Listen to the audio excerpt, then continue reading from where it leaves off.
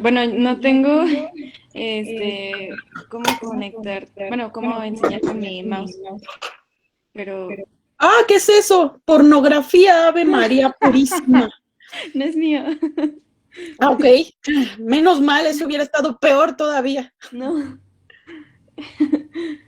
Exactamente lo mismo digo yo, Daniel, que la pasen, pero si fueran hombres estaría mejor. no es mío, no es mío.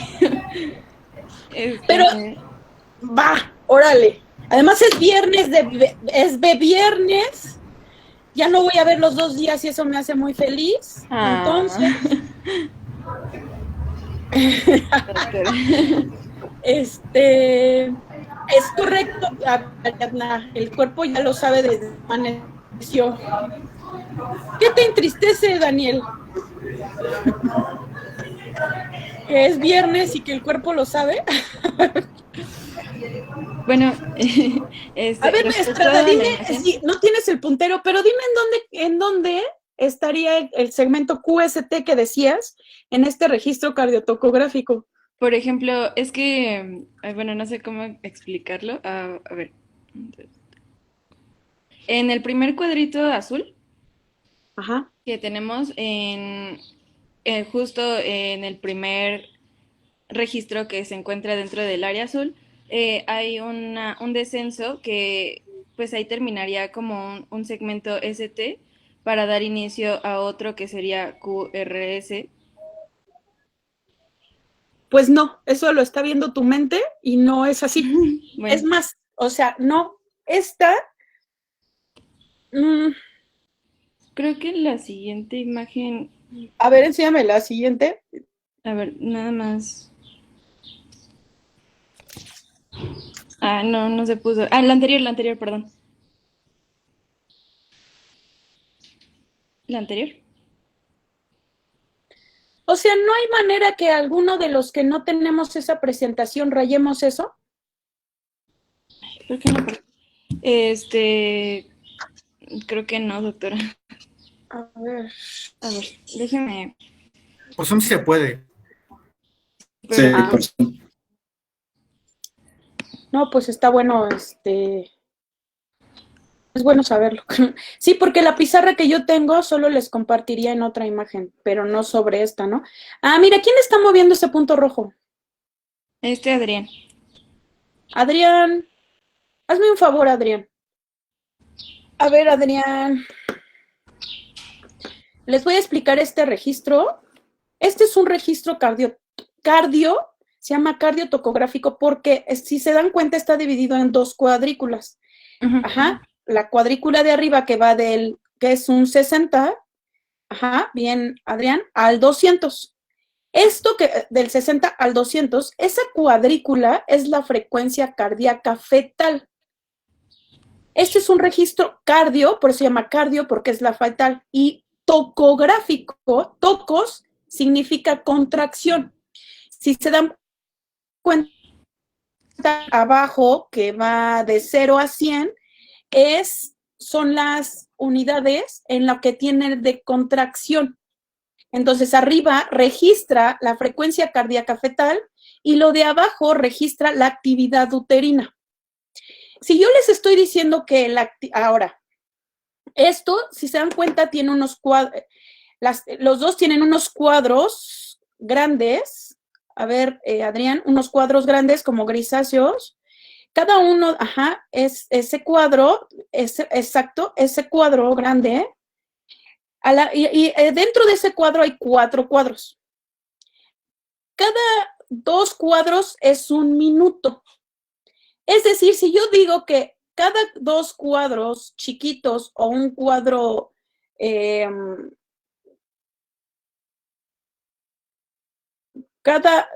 del cuadro grande, dos chiquitos es un minuto.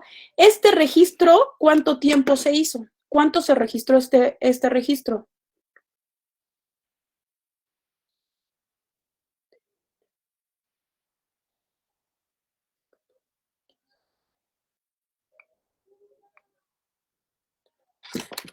$10 al que Seis, me diga cuánto es. 6 minutos. No, ¿4 minutos? No, ni remotamente. Mucho más. Mucho, pero mucho más. 11. 24. Mucho más. A ver, vamos a ver. 30 minutos. ¿Cuánto? ¿Qué? 12. 30 minutos. 11. 11 o 12. El que se acercó a 30 está más cercano, pero lo inventó porque es menos. El que dijo 30 está más cercano a. Y les voy a decir porque, fíjense, el cuadro grande gris, tiene 2 minutos, porque dentro de esos hay unos cuadritos chiquitos, y dentro de esos cuadros chiquitos hay otros más claritos. ¿Sí alcanzamos a ver? Cada uno de esos 2 cuadros es 1 minuto. Es decir, un cuadro grande son 2 minutos. Si cada uno voy así son 2. Mira, ahí donde estás, Navarro, empieza. ¿Quién me tiene el cursor? ¿Adrián? ¿Quién tiene el cursor? ¿Adrián? Sí, Adrián. Sí, Ok, ahora quiero que pongas ese cursor iniciando tu primera línea más atrás, un poquito más para atrás, empiézalo un poquito más atrás, poco más atrás, como si iniciando la primera línea. Ahí vamos a iniciar. Camina un poquito, a la primera línea que te detenga. Ahí, alto. Esos son 2. Ese es 1 minuto. Si se dan cuenta, eso que ella marcó, dentro tiene 2 cuadritos más claros. 2 cuadritos claros significa 1 minuto. Ahora, entonces, ¿cuánto tiene? 24, muy bien, Omar. Y Valencia, son 24 minutos lo que duró este registro cardiotocográfico. Ahora, eso es lo que dura. Ahora vamos a ver, les dije que esto que va de 60 a 200 es la frecuencia cardíaca fetal. Ya habíamos dicho que la frecuencia cardíaca fetal basal normal debería ser ¿cuál? ¿Cuál sería el rango normal? De 120 a 160. 160. Exacto, de 120 a 160. Hasta ahí vamos bien. Ahora, para que yo diga que este registro es reactivo, mi frecuencia debería de estar en ese rango. ¿Está en ese rango? No, No, porque es hay muy picos de 180. Ahora, aquí vamos a ver una cosa que Estrada había dicho ayer. Por ejemplo, vamos a ver primero, ¿cuál sería su línea de base? ¿Cuál sería la línea de base? ¿Cuánto sería de línea de base aquí? 150. 150. 150. 50. Pues yo lo veo más como en 140, ¿no? 140. Este de aquí está más en 140, pero ¿qué pasa aquí? Esta que se sube, ¿cómo se llamaría una cosa? Gracias. Esa que sube, ¿qué hacen ahí? ¿Qué, Daniel? Alteración de la basal. Esa es una alteración y ayer Una Navarro decía que ese puede ser un cambio de la línea de base, pero ese no es un cambio de la línea de base porque un cambio de la línea de base se mantendría ahí arriba. Por ejemplo, ahí ni siquiera logras tener una basal. ¿Por qué no tengo una basal ahí arriba? Porque no hay algo que se mantenga en la misma frecuencia. O sea, subió, bajó y regresó a su basal. No puedo decir que es un cambio de base porque entonces para decir cambio de base, esa que está marcando debería estar en otro lugar, no sé, en 160. Entonces, este que está teniendo aquí es un ascenso, pero este ascenso se le llama, este es ascenso patológico porque no descansa. Como no descansa, a esto se le llama saltatorio. Y como el bebé no está respirando, es una de las cosas que pueden hacer hipoxia. Ahora, si se dan cuenta, son diferentes picos. Esto definitivamente no tiene segmento QST porque no lo tiene. O sea, cada cosita que sube, cada cosita milimétrica es un latido. Ahora, las que suben y bajan, chiquitas, son la variabilidad. Y esa es la variabilidad. Ahora, vamos a ver otra cosa. Entonces, esta no sería una prueba reactiva porque un ascenso, por ejemplo, podría ser ascenso, regrésate la que está en el cursor. El ascenso, aquí hasta el inicio tenemos un ascenso, porque de arriba de la basal, si usted me dice la basal es 140, yo debía haber subido a 155, donde el que tiene el cursor hasta el principio, antes de los cuadros azules, hasta el principio, ponte, es correcto. Esto que sube aquí, ese sí es un ascenso, porque si mi basal es 140, este ascenso subió ¿hasta cuánto? 150. Como 170. No, como 170, ¿no? 170, perdón, sí. 170. Ese subió a 100, eso sí es un ascenso. Y, por ejemplo, vamos a ver un poquito más adelante hay otro ascenso que está aquí 140. Ahí, detente atrás, atrásito, poquito atrás, poquito. Ahí estás perfecto. Ese, justo ese que me marcaste, muchas gracias. Ese es un ascenso porque sube, pero no tiene criterio de reactividad porque de 140 sube a 150. Ese no es un ascenso. Entonces, lo que es un ascenso es de mi basal tendría que subir 15 centímetros, 15 latidos por 15 segundos. Es decir, por un cuadrito de ancho. Ahora, este no lo consideraríamos como reactivo porque no tiene una basal y no tiene ascensos. Ninguno de estos, de nada de lo que hay aquí, cumple criterio para descenso. En el mismo que me marcaste hace rato, regrésate un poquitito, justo donde está el 140, ¿se ve que baja algo? Eso que baja es un descenso que tampoco tiene criterio de reactividad. El que pudiera tener un criterio de reactividad, en el segundo cuadro, te puedes ir hasta el segundo cuadro, hay algo que desciende, aquí desciende, ese sí es un descenso. O sea, este sí bajó a 115, baja a 115, son casi 30 segundos y regresa.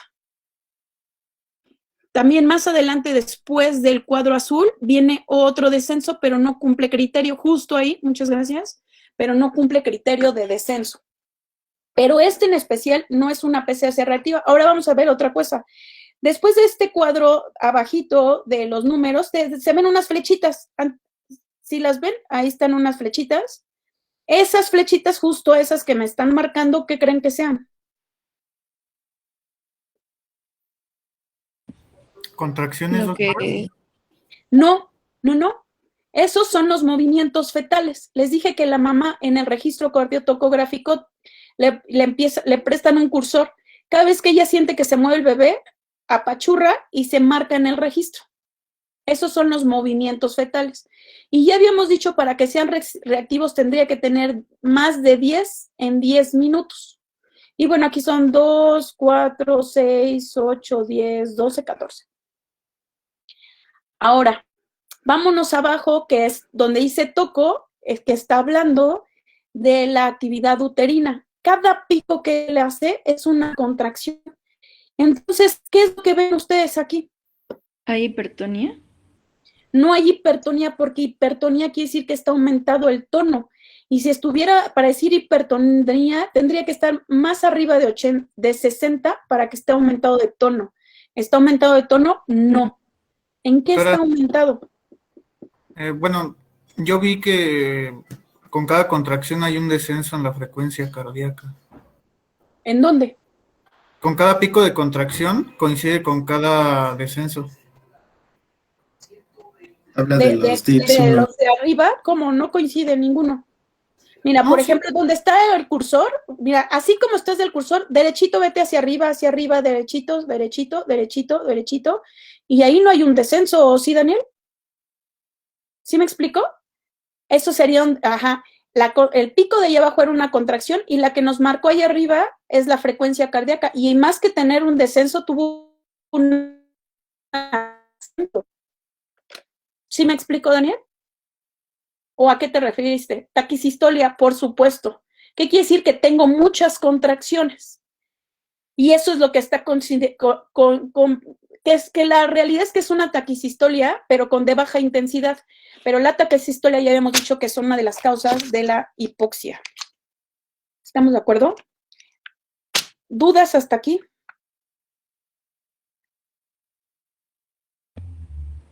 Creo que no, doctora. ¿Qué es lo que ibas a tú decir? Perdón, llegué muy entusiasma porque ya es viernes. ¿Pero qué ibas a decir de este? No, pues es que la verdad no tenía mucha idea. Es que sí lo había leído, pero es que no tenía mucha idea de cómo interpretarlo. Por eso. ¿Ves? Yo por eso lo leí en tu mente y ya les ayudé. Muchas gracias. Padrón Ariadna, ¿dónde se ven las contracciones? En los cuadros de abajo, esos son que es el registro cardiotocográfico, es el registro tocográfico, contracción. Cada uno de esos picos, todo eso son contracciones, todas esas. Si ella no tuviera actividad uterina, se ve una línea, como cuando se muere alguien en el registro, en el electrocardiograma, así. Se vería una línea. y si se dan cuenta tiene unos picos y se están moviendo. Tienen muy poca intensidad, es más, a lo mejor ella solo siente los picos, porque los picos suben a una intensidad de 40. Los otros no lo sienten, pero todo eso es actividad uterina. Ajá, exacto. ¿Estamos de acuerdo? Por eso se llama registro cardio. Cardio es lo de arriba, que es la frecuencia cardíaca fetal. Tocográfico. Tocos significa actividad, contractilidad. Y gráfico significa, pues, gráfica. ¡Wow! Si Pitágoras no se equivoca, así es. ¿Estamos de acuerdo? Y les digo que el registro cardiotocográfico, pues pongo los transductores como los vimos en una imagen que nos enseñó Estrada, donde la señora, en ese está sentada, puede estar acostada, se pone uno en el fondo uterino, que es el que registra la actividad uterina, y el otro se tiene que poner donde está el foco fetal. ¿Estamos de acuerdo? A ver si nos regresa la imagen. Y eso, pues obviamente es de forma externa, no tendría yo como por qué poner uno en cuero cabelludo. ¿Estamos de acuerdo? ¿Quién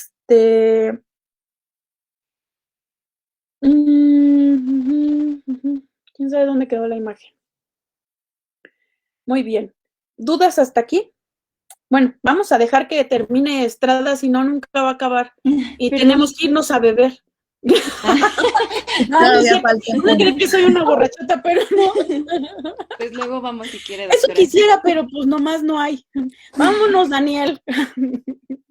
Si quiere luego... Bueno, luego tengo un yo- vinito blanco porque ustedes están chiquitos. Pero bueno, una botella que tengo no nos va a alcanzar. Bueno, ya nada más me faltaba decir lo del tratamiento, que se basa realmente en la reanimación fetal intrauterina para mejorar los intercambios maternos fetales. Esto pues va a hacer que el feto no esté tanto en estrés y esto puede iniciar primero con la madre en decúbito lateral izquierdo. Si quieres le puedes ir dando a las siguientes, es que van a aparecer imágenes. También con hidratación con cloruro de sodio al 0.9%, disminuir en la medida de lo posible la contractilidad uterina, también administrar oxígeno líquido para mejorar pues tanto en la madre esta oxigenación para que pues se vea reflejado en el feto, corregir algunos factores maternos que estén implicados, podría ser como una hipo o hipertensión, y hacer un examen pélvico para determinar el avance del trabajo de parto en caso de que se vaya a efectuar, porque, pues, como ya les había mencionado, en los estudios anteriores se evalúa si el feto está, pues, digamos, como preparado para esa transición de su vida intrauterina a un ser un neonato. Si no, pues ya se prepararía a la paciente para entrar en cesárea y pues ya que no sufra más el bebé. Y pues ya sería todo. Ok.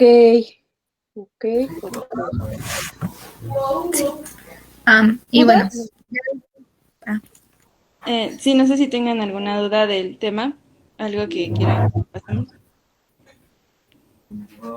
Bueno, porque van a hablar del crónico, ¿no? Nada más voy a hacer como, ay, a ver, todos son muy listos, ¿no?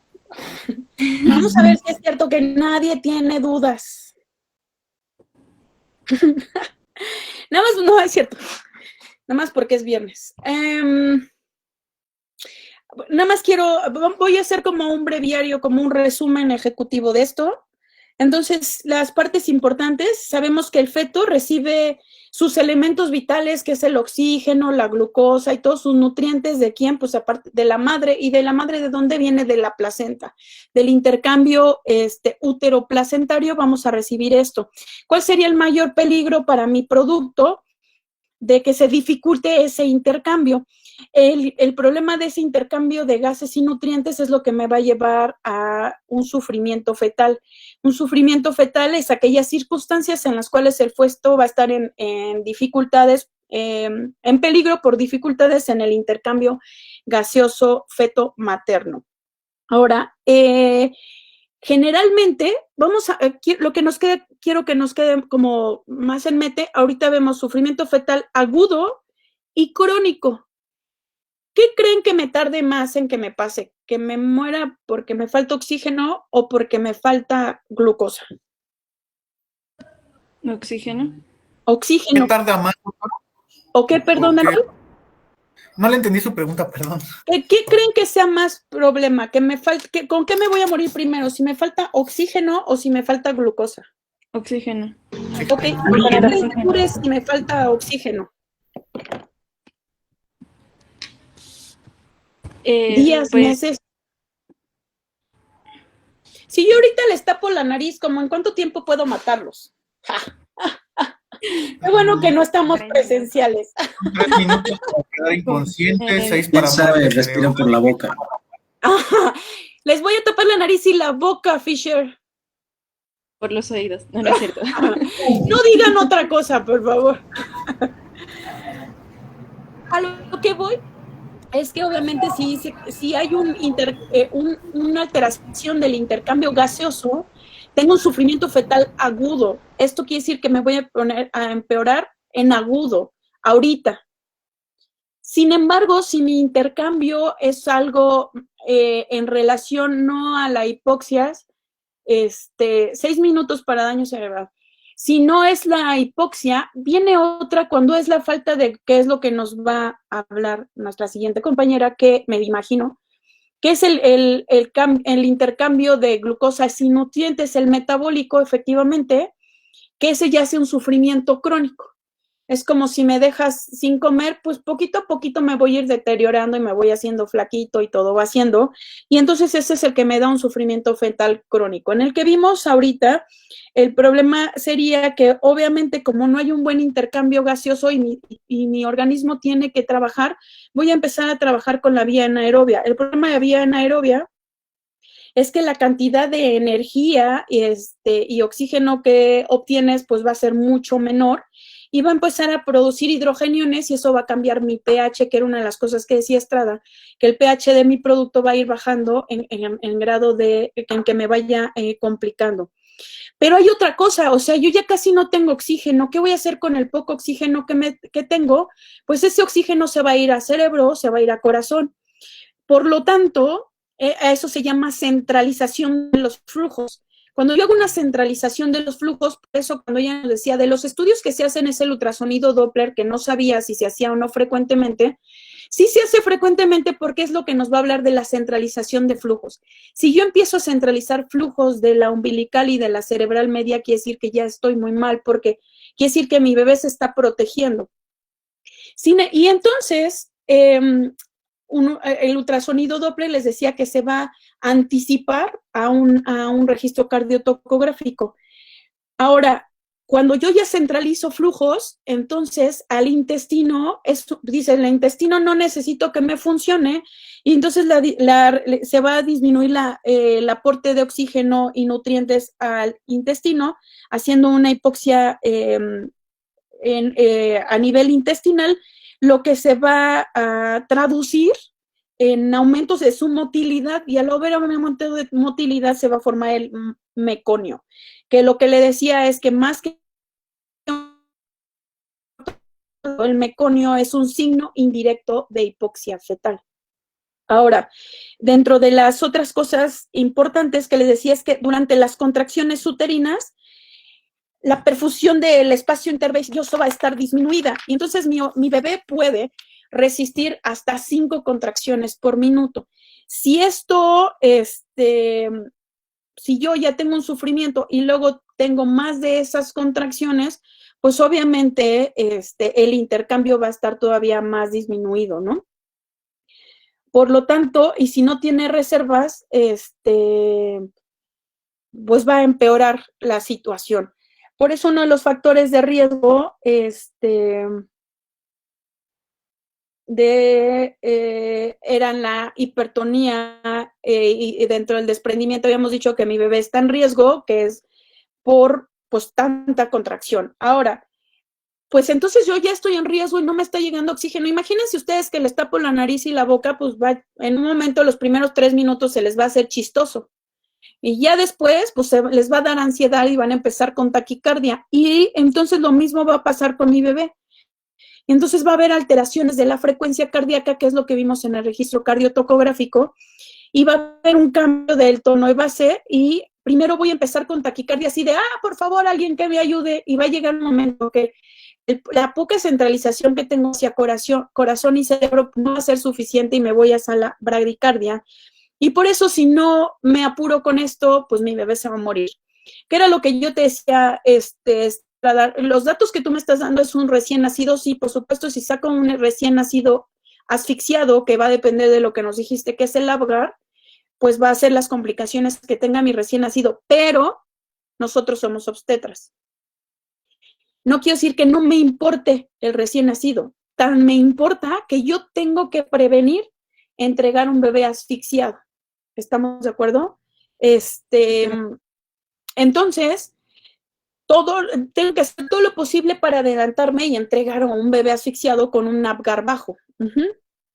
Dentro de, entonces, de las respuestas que va a tener mi bebé, la bradicardia, el meconio, la hipomotilidad,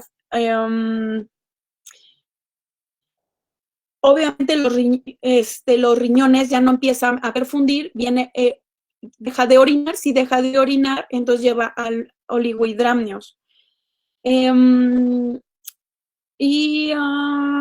Ya les dije, viene la bradicardia. De las causas, ya les había dicho, factores uteroplacentarios, las distocias dinámicas. ¿Por qué una distocia dinámica me lleva a una policistolia, una taquicistolia, y va a aumentar el sufrimiento fetal?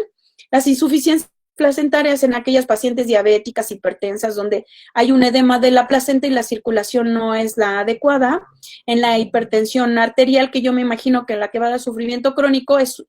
La hipertensión arterial se caracteriza por un sufrimiento crónico porque son placentas pequeñas. La separación del lecho placentario, ya habíamos dicho del desprendimiento de placenta. Los factores funiculares, ya les había dicho, el oligohidramnios, el prolapso de cordón, la compresión por el oligo, el desprendimiento.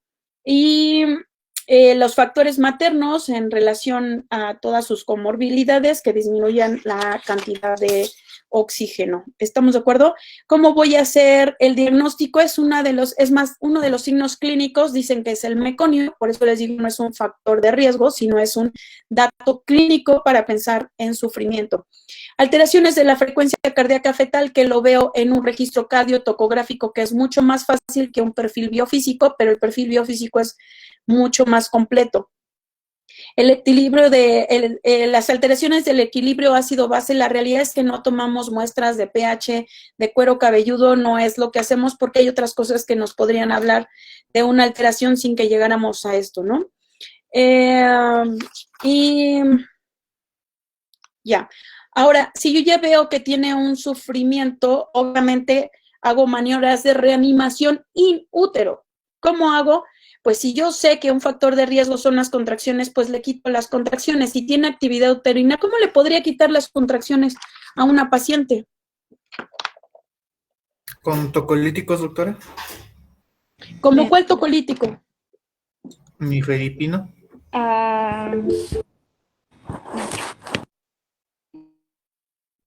Pudiera ser, pero hay otra cosa más simple. Yo ya la tengo en la toco y tiene trabajo de parto. ¿Qué creen que sea mucho más sencillo? Y además hasta el dolor le va a quitar. Y si le quito el dolor, va a oxigenar mejor la mamá. ¿Anestesia? El bloqueo, efectivamente, un bloqueo. El bloqueo es la primera cosa que puedes hacer para disminuirle las contracciones. Y entonces al disminuir las contracciones, aparte la señora no va a tener, no tiene dolor, va a oxigenar mejor y ya disminuye la policistolia. Ahora, la otra cosa, la hidratación. Hidrato a mi paciente, si la pongo de decúbito lateral izquierdo, se mejora la circulación uteroplacentaria y veo que no tenga déficit de glucosa. Son pacientes que tenemos en ayuno, entonces les pasas cargas de glucosa. Si a pesar de eso veo que la frecuencia cardíaca va hacia abajo, cuando la frecuencia cardíaca ya es una taquicardia, ya no le buscas y te vas a cesárea. Si ya te vas a bradicardia, entonces tienes que correr y qué necesidad hay de correr. Si me dicen es que está en un trabajo de parto y ya tiene 8, salvo que creas que va a salir en breve, no te arriesgas a esperarte 1, 2, 3 horas a que nazca ese bebé.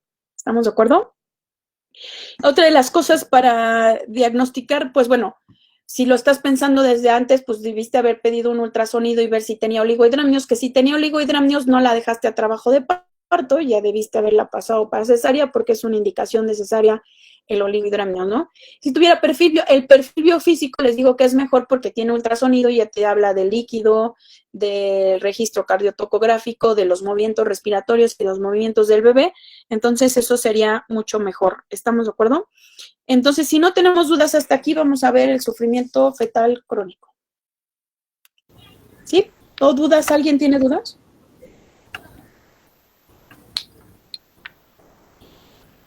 ¿No? Vamos, Creo que no, pues. doctora, gracias. Ok. Entonces, bueno, vamos a comenzar con su definición.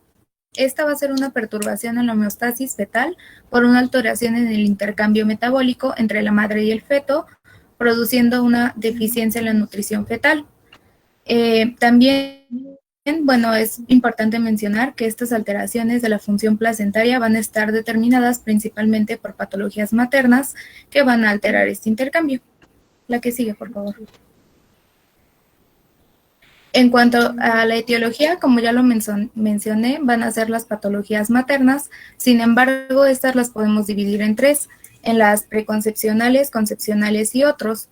En las preconcepcionales van a ser aquellas enfermedades con las que la madre ya cursa, como puede ser la diabetes mellitus, la desnutrición materna, hipertensión, como lo mencionó la doctora, es una de las más importantes, enfermedades vasculares, hematológicas o endocrinas. En las concepcionales, pues van a ser aquellas que se van a desarrollar durante el embarazo, como la preeclampsia, la diabetes gestacional, las infecciones y los trastornos alimenticios.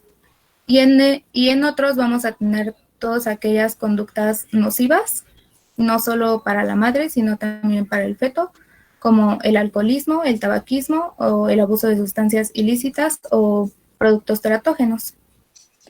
La que sigue, por favor. Y bueno, aquí les coloqué un cuadrito que especifica más causas, sin embargo, pues son la mayoría las que ya mencioné. Aquí también encontramos enfermedades pulmonares y también enfermedades como el lupus eritematoso, o también nos menciona algo sobre el embarazo de alto riesgo, que van a ser pues, padecimientos sistémicos. La que sigue, por favor. Bueno, en cuanto a la fisiopatología, se va a parecer un poco a la anterior, como ya la mencionaron. Sin embargo, yo les quise ilustrar un poco de qué es lo que pasaría con las enfermedades que son, por decirlo así, más comunes, como puede ser la diabetes, la hipertensión y la preeclampsia. En caso de estas enfermedades, pues va a ir directo hacia el aporte sanguíneo que va al útero y lo va a afectar en tanto cantidad como en calidad. Esta falta de cantidad y calidad nos va a llevar a una falta tanto de oxígeno como de nutrientes en la sangre. Y también podemos tener problemas como la anemia o problemas pulmonares, y estos principalmente van a ir hacia la falta de oxígeno. Entonces, ya que tenemos esta falta tanto de oxígeno como de nutrientes, pues va a haber dos cosas. La primera es que la hemoglobina pues va a bajar. Y como ya vimos, la hemoglobina va a ser muy afín al oxígeno. Entonces, si baja la hemoglobina, baja el oxígeno. Como ya lo mencioné, los nutrientes en estos casos van a ser deficientes, por lo cual la glucosa también va a bajar. Y el pH por la vía de la glucosa, que va a ser anaerobia, que ahorita les voy a explicar un poquito más de esa, pues va a empezar a producir más hidrogeniones y el pH también va a bajar. Por otro lado, vamos a tener que el feto va a comenzar a retener lo que son catabólicos, lo que va a ser el CO2, junto con lo que es el ácido láctico y pirúvico, y la urea y la creatinina. Estos van a aumentar, al igual que va a comenzar un aumento en el déficit de bases, o sea, va a haber más acidosis. Entonces, cuando el feto se comienza a dar cuenta de estas deficiencias, va a empezar a echar en cara pues, los mecanismos de defensa fetal.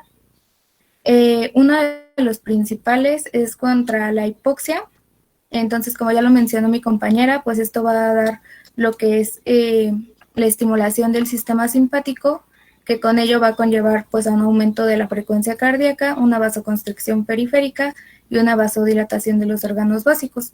Ya como lo hemos mencionado, pues esta vasoconstricción va a ser hacia los órganos que el feto no considere importantes para llevar una sobrevida, y la vasodilatación se va a dar en los órganos básicos como son el cerebro, el pulmón y el corazón. A su vez, como no va a haber una buena introducción de los nutrientes al feto, este va a comenzar con la glucólisis anaerobia.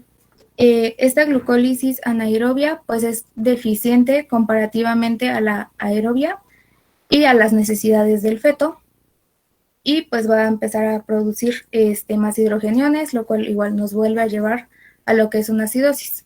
Sin embargo, esta glucólisis en algunos casos nos va a permitir que se mantenga pues en mejores condiciones el feto, ya que a lo que va a querer llegar el feto es acostumbrarse o adaptarse a este medio desfavorecedor. La que sigue, por favor.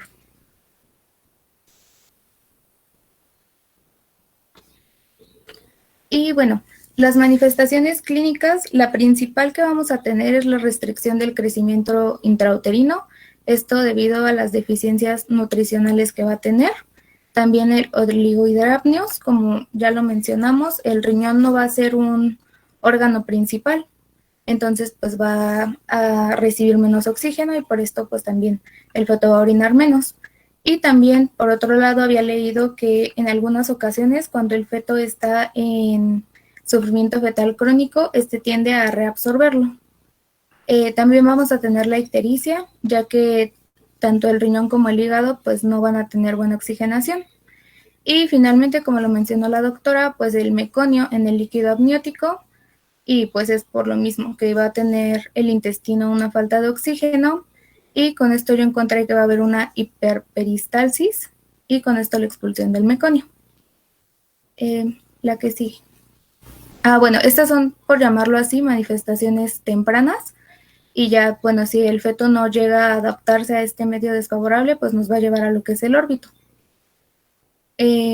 Siguiendo con lo que es el diagnóstico, hay varias formas, tanto directas como indirectas, de demostrar que un feto está sufriendo crónicamente. Una de las que encontré es el líquido amniótico. Esta encontré que se puede medir mediante una punción lumbar.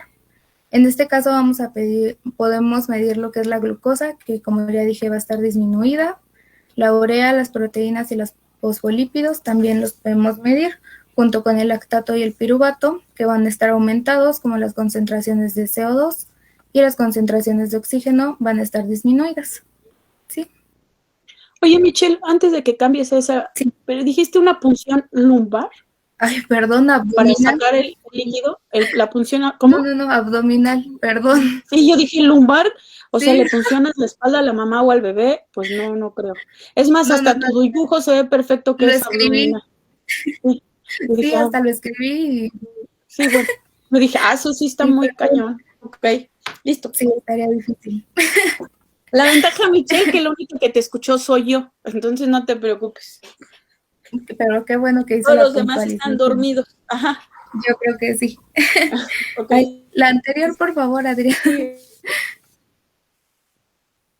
Y bueno, también aquí podemos encontrar la existencia de meconio y también podemos medir pues la cantidad de líquido amniótico.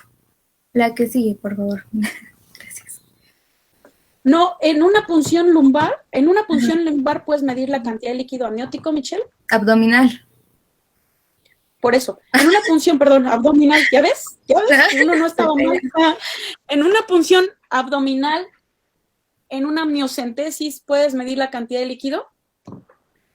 Bueno, en la amniocentesis como tal, no, pero leí que puedes utilizar el ecocardiograma para observar, pues obviamente no. No es el electrocardiograma. Para hacer una punción. Sí, el ultrasonido. Me quieren volver Ajá. loca. No usas el electro. ¿El qué? Ecocardiograma, pero se me fue, o sea, No, estoy nerviosa. tampoco. ¿No? El ultrasonido. La amniocentesis es guiada por ultrasonido y el ultrasonido mide, antes de hacer una punción, a fuerza tienes que hacer un rastreo ultrasonográfico para ver la cantidad de líquido. Si el paciente tiene oligohidramnios, no haces una punción porque puncionas al bebé. Y generalmente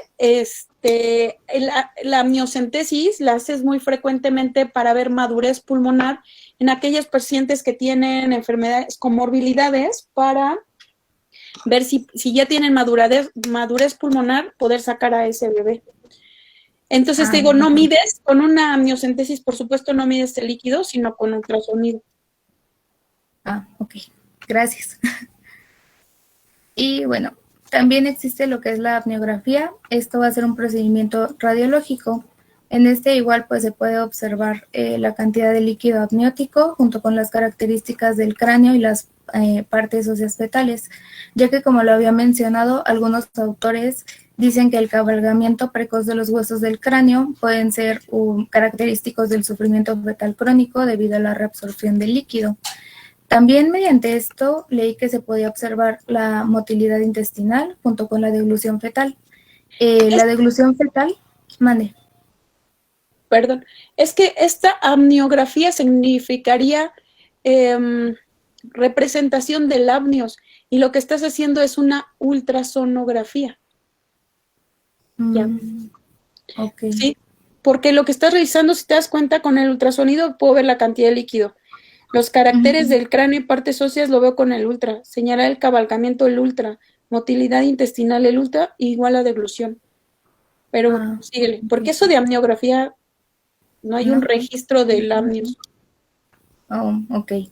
Bueno, la deglución, como les mencionaba, fetal, se supone que tiene que aumentar pasando la segunda mitad del embarazo, y un aproximado de lo que se debería de deglutir sería de 210 a 760 mililitros por día.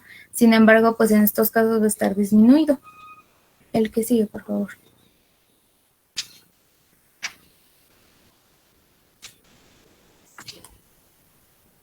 Y bueno, también podemos hacer caso, como ya lo hizo la doctora, del ultrasonido Doppler.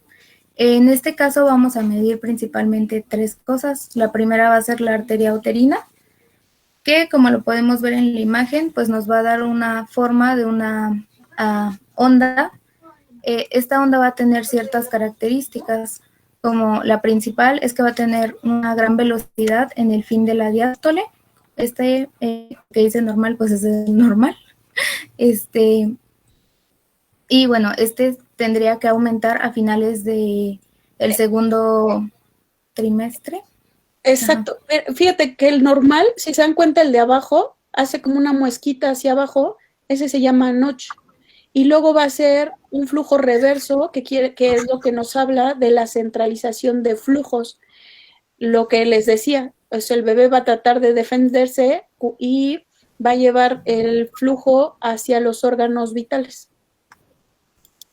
Sí, como lo mencionó la doctora, la muesca pues es un claro indicador de que el feto tiene un restrimiento, una restricción del crecimiento. Es una restricción. Restricción del crecimiento intrauterino. Y bueno, la que sigue. Después vamos a tener lo que es la arteria umbilical. Y bueno, en tenemos que al aumentar la edad gestacional, tiene que haber un aumento en el flujo al final de la diástole, en el cual pues va a ser el reflejo de la disminución de la resistencia de la placenta. Y bueno, aquí tenemos 2 imágenes. En el de arriba se puede ver que es el flujo de la arteria umbilical de la semana 36 de gestación, y es un flujo normal que presenta pues una diástole aumentada, por llamarlo así. Sin embargo, en la imagen de abajo podemos ver la flujometría de la arteria umbilical. Igual, sin embargo, en este caso va a tener una ausencia de flujo al final de la diástole. Se puede ver, de hecho, que no hay. Esto es lo que les digo, es el ultrasonido Doppler de la umbilical, y esta ausencia de la diástole, y luego hay otra imagen que es un flujo, ahorita se me olvidó, pero esto ya es centralización de flujos y ese bebé ya está muy mal. Sí, la que sigue. Y el último va a ser la velocimetría de la cerebral media. ya que, bueno, como sabemos, el área cerebral durante el desarrollo fetal se va a encontrar, por decirlo así, en un mecanismo de baja resistencia vascular, ya que pues esto nos va a permitir un aporte nutricio y gaseoso adecuado. Esto es como en general, ¿no? Porque pues independientemente de que el feto esté o no en sufrimiento fetal, pues necesita mantener al cerebro pues bien irrigado. Sin embargo, cuando hay sufrimiento fetal, esta resistencia va a disminuir, por lo cual va a haber un aumento en la velocidad de la diástole y una disminución en el índice sístole-diástole. Entonces, en el primero podemos ver que es, por decirlo así, un flujo normal. Sin embargo, en el de abajo se puede observar cómo está aumentado el flujo al final de la diástole. La que sigue, por favor. Y bueno, aquí les coloqué igual varias imágenes de otros Doppler. La primera es de la arteria uterina. En el primero podemos ver lo que es el patrón normal. No hay ninguna incisura, como lo mencionó la doctora. Sin embargo, en la segunda pues va a ser la incisura y un flujo diastólico bajo. En la segunda imagen podemos ver lo que es la arteria umbilical. Igual, en la primera va a ser el flujo normal. Sin embargo, pues en el segundo va a haber un flujo anormal que nos está dando a decir que hay un aumento en la resistencia, por lo cual pues hay una menor irrigación. La que sigue. Y finalmente el Doppler de la arteria igual cerebral media. El primero va a ser de un flujo normal, sin embargo el segundo se ve como un flujo anormal, en el cual pues va a haber una baja resistencia y un volumen diastólico alto. La que sigue. Y bueno, también otra prueba, por llamarlo así, indirecta, para demostrar si el feto está en sufrimiento crónico son las pruebas de madurez fetal. También lo encontré que lo podemos medir en el líquido amniótico, como lo mencionó la doctora anteriormente. Y bueno, en el riñón podemos encontrar podemos medir lo que es la creatinina y el ácido úrico. En la piel, pues las células grasas, que aproximadamente tienen que ser de 525 a 300 gramos. Esto en un feto de un peso aproximado de 3.000 a 3.500 gramos. En el hígado podemos medir en el líquido las bilirrubinas. En el pulmón va a ser importante lo que es el índice lectina-esfingomielina, que es para saber si los pulmones pues ya están bien desarrollados, y se dice que tiene que tener un valor mayor a 2.0. Esto cuando ya el pulmón está maduro. Y bueno, esto se los menciono ya que va a ser importante determinar pues el grado de madurez fetal para así poder medir el riesgo en el que está el feto en su vida intrauterina y compararlo con los riesgos potenciales que pueden derivarse de la prematurez o la inmadurez del recién nacido. La que sigue, por favor. Bueno, y esta es otra forma igual de diagnóstico que encontré. Puede ser mediante la orina o el plasma materno. Podemos dar la medición del estriol, ya que pues la medición del estriol es importante, ya que este estriol se va a dar por la unidad fetoplacentaria y va a guardar una relación directa en el desarrollo uterino fetal. Y pues ya, la que sigue. En cuanto al tratamiento, es importante decir que no hay un medio efectivo para el tratamiento directo del sufrimiento fetal crónico. Lo principal, como lo mencioné, es la evaluación de la salud fetal primero. Como ya lo vimos, pues lo podemos medir de diferentes formas, como el Doppler o el perfil biofísico.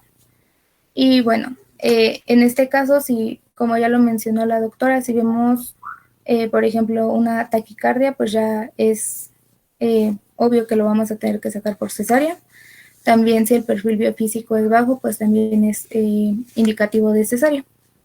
Mientras que, bueno, si vemos que el feto dentro de todo no está en condiciones riesgosas, por llamarlo así, o tiene, ya le faltan pocas semanas para nacer, pues podemos combatir algunas causas de la hipoxia, principalmente pues manejar a la mamá junto con sus comorbilidades. Y también pues es importante mantener una hemoglobina correcta de 12.5 aproximadamente, y la evaluación periódica de la salud del feto. Y la que sigue.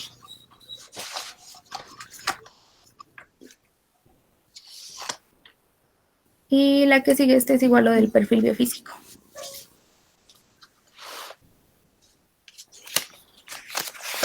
Y eso sería todo del sufrimiento fetal crónico. ¿Tienen alguna duda? Claro que no, nos quedó clarísimo. Somos muy listos. Ya después de repetirlo 3 veces, ya. Ya, yo creo que ya nos quedó claro que esto es muy fácil. El sufrimiento agudo habla de la hipoxia y el sufrimiento crónico habla del lado metabólico, del aporte de nutrientes. El agudo obviamente es algo rapidísimo, me falta oxígeno, pues en breve es un sufrimiento aquí, ahorita. Y el crónico es pacientes que vienen de semanas, ya con restricción, por eso son generalmente aquellos pacientes con enfermedades crónicas. Y lo que se caracteriza son niños con restricción del crecimiento, el oligohidramnios, y lo único que esperamos con ellos es tratar de llegar a término, lo más cercano a término. Cuando ya estoy viendo que ya tiene datos de sufrimiento, tratas de dar madurador pulmonar e interrumpimos embarazo. Si se dan cuenta en las dos situaciones, vamos a interrumpir. La diferencia sería el tiempo y nada más. ¿Estamos de acuerdo? Muy bien, te escucho. Sí. Porque todos los demás no tienen dudas, Michelle. Bien. Sí. Ya que les haga el examen, quiero ver. Bueno. ¿Qué? Vamos a hablar ahora de óbito fetal. La que sigue, por favor. Primero vamos a definirlo como, bueno, según la OMS, va a ser la muerte previa a la expulsión o extracción completa, y pues la OMS nos dice que no importa su edad gestacional. Sin embargo, nuestra norma 040 SSA2 del 2004 nos dice que esto debe ser a partir de la semana 22 de gestación y debe tener un peso igual o mayor a 500 gramos, porque pues si no sería un aborto. Ahora, la muerte está indicada por el hecho de que después de la expulsión o de la extracción, el feto no va a respirar y no va a mostrar ningún tipo de evidencia pues de vida. Va a tener, no va a tener latidos del corazón, no va a tener pulsaciones del cordón umbilical o movimientos pues definidos de los músculos voluntarios. Ahora, la que sigue, por favor. Aquí puse una tabla que nos muestra, de acuerdo a la edad gestacional, lo que les acabo de mencionar, si es aborto o si es muerte fetal, y aquí podemos encontrar las diferentes definiciones que tenemos respecto a esta clasificación. Por ejemplo, si es una muerte antes del parto, sería muerte anteparto; durante sería intraparto y después sería posparto. Si el producto muere antes del inicio del trabajo del parto o durante puede ser una muerte prenatal o antenatal. Y si ya el producto nace y no tiene ningún tipo de vida, o sea, ya desde antes, sería un mortinato. Si el bebé muere después del primer mes de vida, ya sería muerte postnatal, pero eso ya es otro tema. La que sigue, por favor.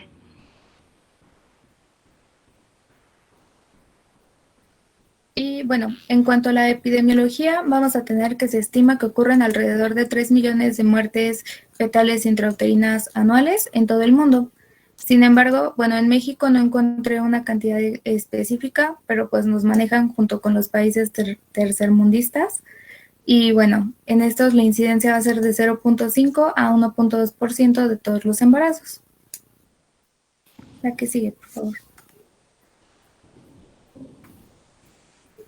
Como en las patologías mencionadas anteriormente, vamos a tener factores de riesgo y estos pueden ser maternos o fetales. La que sigue, por favor. Los maternos se van a dividir en dos partes, los no modificables y los modificables. Ya vimos los antecedentes que pues prácticamente son los mismos que ya les había mencionado, entonces pues ya no se los voy a leer uno por uno, pero los modificables, igual como había mencionado Michelle, son todos aquellas pues que tiene la madre que podría dejar o cambiar, por ejemplo el tabaquismo, alcoholismo, drogadicción e incluso la obesidad. Ahora, de acuerdo al feto, estos, igual que en sufrimiento fetal, puede ser gestación múltiple, sexo masculino y embarazo. ¿Y por qué son los mismos? Porque, bueno, o sea, ese sufrimiento fetal te va a desencadenar en la última consecuencia, la peor, pues la muerte del feto, o sea, el óbito. La que sigue, por favor. En la etiología vamos a tener igual las mismas etiologías ya mencionadas de acuerdo a la madre. Y la que sigue, por favor. Pues de las fetales igual, o sea, puede ser por malformaciones congénitas que sean incompatibles con la vida, por el circular doble o triple, por el nudo verdadero, etcétera. Pero les menciono que son los mismos que ya les habíamos comentado en los temas anteriores. La que sigue, por favor.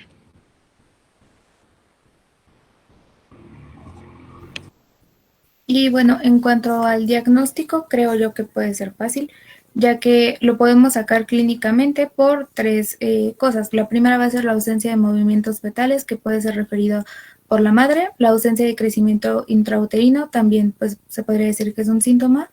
Y la ausencia de frecuencia cardíaca fetal, que lo podemos tomar como un signo. No, sí está la doctora todavía. Claro que Este, estoy aquí, ¿por qué no? ¿Me desaparecí? Sí, estoy aquí. sin embargo, sí. Sin embargo, pues también podemos utilizar algún estudio de gabinete o de laboratorio para confirmarlo. Uno de los más importantes es el ultrasonido en tiempo real. Y bueno, en este se va a visualizar el corazón fetal y se va a mostrar la ausencia de actividad cardíaca. Y ya con esto pues nos daría el diagnóstico de órbito. Bueno, y de acuerdo a la guía de práctica clínica, dice que si por alguna razón hay dificultades de técnica en el ultrasonido, pues podemos utilizar lo que es el Doppler de color en el corazón o del cordón umbilical. La que sigue, por favor. Y bueno, ya igual, también podemos utilizar lo que es los rayos X, pero estos nos van a dar solo datos sugestivos. El primero va a ser el signo de halo. Este se va a dar por una acumulación de líquido extravascular entre el cráneo y la capa de grasa y del cuero cabelludo. Y bueno, esto va a dar la formación del halo. Esto aparece después de entre las primeras 48 horas post-mortem y aparece en 38 al 90% de todos los casos. El signo de Spalding, pues también es la superposición de las suturas craneales debido a la licuefacción encefálica y este va a ser como un signo más tardío, aparece pues dentro de los primeros 7 días. Y finalmente podemos tener la angulación de la columna vertebral o pérdida de la laxitud fetal y debido a la maceración de los ligamentos espinosos.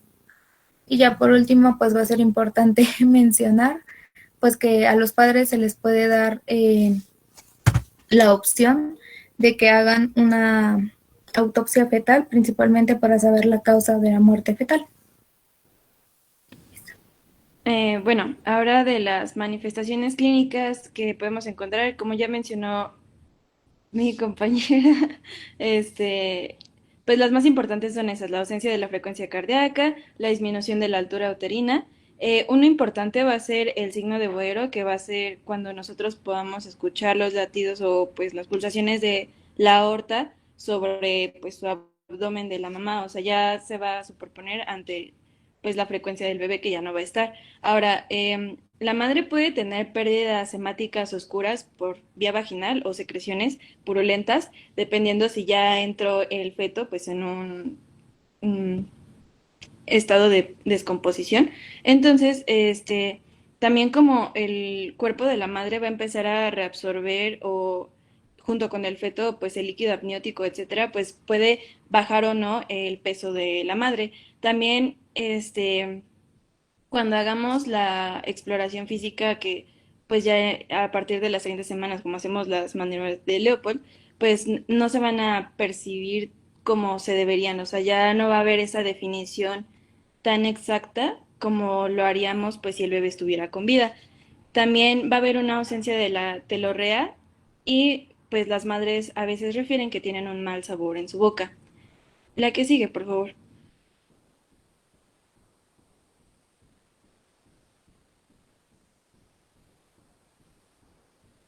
Ahora, hay características importantes del feto muerto in utero que pues a nosotros nos van a servir para identificarlo más fácil. Por ejemplo, bueno, ya cuando sea la expulsión, por ejemplo, si es una disolución fetal, es cuando el feto, como mencionó mi compañera, literalmente como que se licúa cuando muere. Entonces, esto sería en un embarazo de pocas semanas. Cuando hablamos de momificaciones, porque son fetos de 4 o 5 meses que se deshidratan y se reabsorbe el líquido amniótico y a esto también se les conoce como fetopapiración. Ahora, la petrificación va a ser fetos de 5 a 6 meses en un embarazo extrauterino, así lo mencionaba la bibliografía, que van a tener una infiltración de sales calcáreas y esto lo vamos a conocer como litopedión y leí que hay casos de mujeres que tienen muchos años con estos fetos petrificados en su organismo y hay veces en las que no se dan cuenta. También puede ser la maceración, que es el proceso más frecuente y esta va a ser con un reblandecimiento por una infiltración de los tejidos fetales y va a ocurrir en productos que van a ser pues mayores de 5 meses de gestación. ¿Le puedes cambiar, por favor? Ahora, la infiltración de los tejidos se va a presentar 48 horas después de la muerte de nuestro producto y tiene distintos grados. Por ejemplo, el primer grado va a ocurrir en fetos de 3 a 8 días de muerto y su piel se va a presentar como con vesículas que van a ser cerosas y pueden ser sanguinolentas y el tejido celular pues va a ser muy laxo. Ahora, en un segundo grado se va a presentar la segunda semana que ocurrió en la muerte, más o menos a los 10 días, y van a aparecer desprendimientos de esta piel ya pues en grandes áreas van a dejar expuestas zonas de color rojo y van a presentar como cabalgamiento de hueso del cráneo, o sea, como que va a rebotar. En el tercer grado pues ya va a ocurrir cuando el feto queda retenido más de 2 semanas y su piel se va a desprender totalmente. O sea, este feto está reblandecido y sus huesitos del cráneo pues ya están completamente dislocados. Ya cuando hablamos de una putrefacción va a ocurrir cuando en cualquiera de los casos de los grados que ya les mencioné, pues haya un tipo de infección amniótica que se asocie a la muerte del bebé. Ahora, en su evolución va a ser el tiempo que va a permanecer el feto inútero. Por ejemplo, antes de que ocurra la expulsión espontánea, puede guardarse una relación con el tamaño del feto. Mientras más grande esté el feto cuando es expulsado, eso quiere decir que fue un breve periodo, o sea, el feto no tiene tanto tiempo de muerto como si expulsara, no sé, un feto que ya tendría aproximadamente 38 o 40 semanas de gestación, pero es un feto chiquito, o sea, de 20, 25 centímetros, porque digamos como que se reabsorbe. La que sigue, por favor. Bueno, esto es lo que les mencionaba sobre la palpación, que va a ser menos perceptible porque va a haber maceración y van a ser bordes muy imprecisos. El fondo de útero, pues no lo vamos a tener tan definido, va a haber una detención o regresión de y va a haber pues la reabsorción, que es lo que les mencionaba. Por ende, cuando hagamos el signo del peloteo fetal, pues va a estar ausente. La que sigue, por favor. Su manejo, pues primero lo vamos a dividir en dos partes, en expectante e intervencionista. El expectante va a ser, pues, esperar de forma espontánea que inicie el trabajo de parto. ¿Por qué? Porque muchas veces cuando la actividad hormonal placentaria disminuye abruptamente o en su totalidad, solito el organismo va a expulsar el feto, o bueno, el óvito. Y si no pasa esto, nosotros ya tenemos que intervenir y tenemos que propiciar al nacimiento a través de la inducción del parto. Eh, Esto puede ser por vía vaginal o bien si el feto o el óvito ya no cede y tampoco el organismo de la madre, ya se tendría que realizar una cesárea. La que sigue, por favor. Primero, pues vamos a tener que no va a ser algo fácil para la madre, o sea, es un golpe psicológico muy duro. Entonces, ¿le puedes dar a la siguiente, por favor? Nosotros tenemos que proporcionarle a la madre toda la información. Desde un inicio se le tiene que explicar cuál es la situación, si se encuentra la razón, pues, del por qué sucedió, no lo sé, que la madre se haya caído, pues explicarle que debido a eso, pues probablemente pues el feto pudo fallecer. La siguiente, por favor. Vamos a apoyarle ante esta situación La que sigue, por favor, porque pues como les menciono es algo muy difícil. Y en caso de que el mismo organismo pues no se da para el trabajo de parto, se va a utilizar prostaglandina E2, la cual es un fármaco que puede utilizarse en gel, se va a aplicar en el fondo de saco vaginal posterior y esto va a preparar pues la dilatación del cérvix. Este lo podemos encontrar como dinoprostona de 0.5 miligramos. La que sigue, por favor. Ahora tenemos que evaluar las condiciones del cérvix para la inducción del parto con una clasificación de Bishop. ¿Le puedes dar a la que sigue? Esta nos va a evaluar si es igual o mayor de 6, pues es favorable, y si su puntuación es igual o menor de 3, pues es desfavorable. Como lo ven, esto nos dice si hay dilatación, borramiento, la consistencia cervical, etcétera. Si el cuello uterino pues sí es favorable, se va a administrar la oxitocina sin maduración cervical, y si el cuello uterino es desfavorable, se recomienda pues que se espere a la maduración cervical. Ahora, la que sigue, por favor. Podemos evaluar el uso del misoprostol porque no sé si recuerden que el doctor nos había mencionado que a mayor tamaño del feto es menor la cantidad de este fármaco porque pues corren el riesgo de una hemorragia en la madre. Entonces, pues se tiene que evaluar si se va a poder aplicar este medicamento o no. La que sigue, por favor. Y ya después se va a evaluar el uso de la oxitocina. Esta puede ser una solución de 60 unidades de oxitocina en 1000 mililitros de cristaloides para permitir que se ajuste a una bomba de infusión. Y pues aquí es lo que les menciono, debe evaluarse el costo-beneficio dependiendo de la paciente, si pues si vale el usarlo o no. La que sigue, por favor. Y bueno, eso sería todo. Muy bien. No sé, ¿tienen dudas? No. Después de un sufrimiento fetal, y generalmente después de un sufrimiento lo que va a seguir es el óbito. El óbito es que, bueno, no alcanzaron a ese bebé y se les murió. Ahora, dependiendo del tiempo que tenga de que se muere a que lo sacas, serían las condiciones. En general no va a durar mucho tiempo porque las mamás están muy al pendiente de que se mueva y además pierde la actitud del bebé, ya no lo sienten igual, entonces no dura tanto. ¿Cuál es la mejor vía para interrumpirlo? Pues la mejor vía generalmente es el parto, siempre y cuando se haya condiciones, porque hay veces que tienen 2 cesáreas, no vas a inducir un trabajo de parto aunque sea un producto óbito.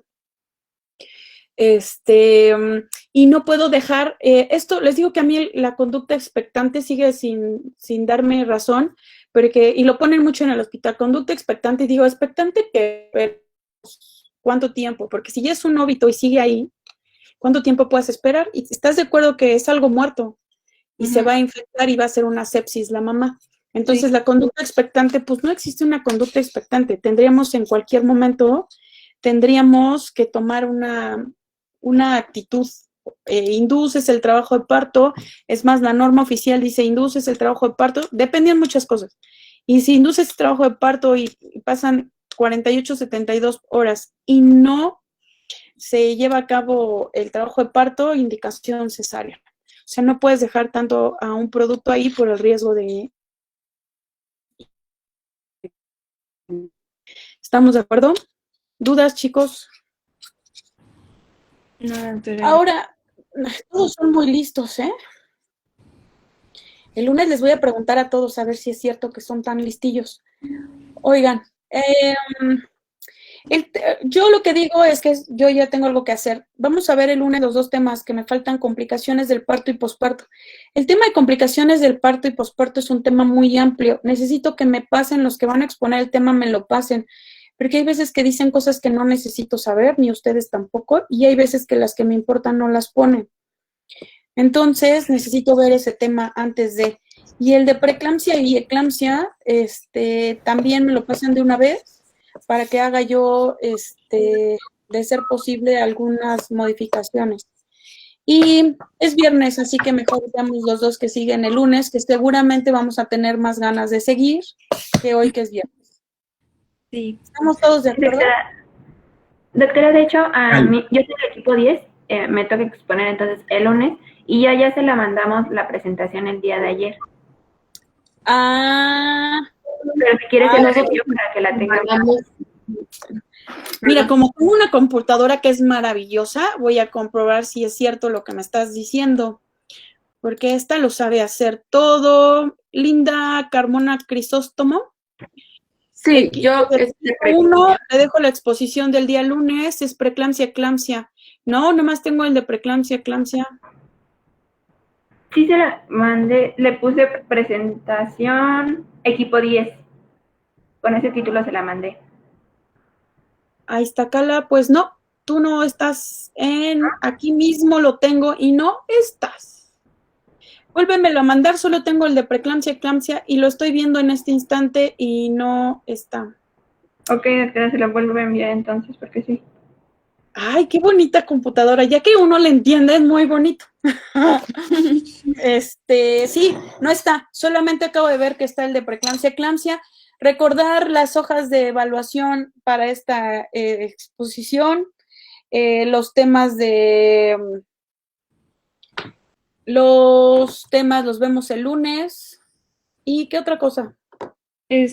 Bueno, igual teníamos una actividad, pero pues ya es mucho tiempo. Ya, igual era un Kahoot, pero Lo hacemos en otro momento porque todos ya están borrachos, menos sí, yo. bien. Mírame. Fue un tema muy largo, estaba muy difícil. Bueno, los que siguen también van a estar bien feos.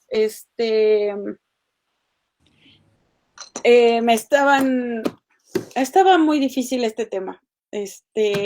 Lo hacemos, es viernes, Estrada, discúlpanos. Sí, Por favor, discúlpanos, perdón, pero yo les hice un consenso a todos y ya nadie quiere. Sí, yo lo entiendo. ¿Estamos de acuerdo, chicos? Si no hay ninguna duda, pues diviértanse, beban mucho. No, no es cierto. Es correcto, Adriana, beberlo, aclaro. Yo también. Por supuesto, disfrutemos el viernes, disfrutemos que estamos vivos, en casa, en donde sea, claro. Recuerden que a esta vida solo venimos a vivirla, a acabarnos las mordidas. Así que, y ustedes son jóvenes, si yo a mi edad voy a bebérmela, ustedes con mayor razón, que me oigan sus papás, ¿eh? Es correcto, saquen aquello que marea, por supuesto. Cuídense mucho, por favor, olvídense de mí, porque recuerden que no veo nada sábado y domingo, no existo. Okay. Solo existo para mí, así que no crean que les voy a hacer caso, aunque insistan. ¿Estamos de acuerdo? Muchas gracias. Gracias. Si hay dudas, nos las vemos el lunes, ¿vale?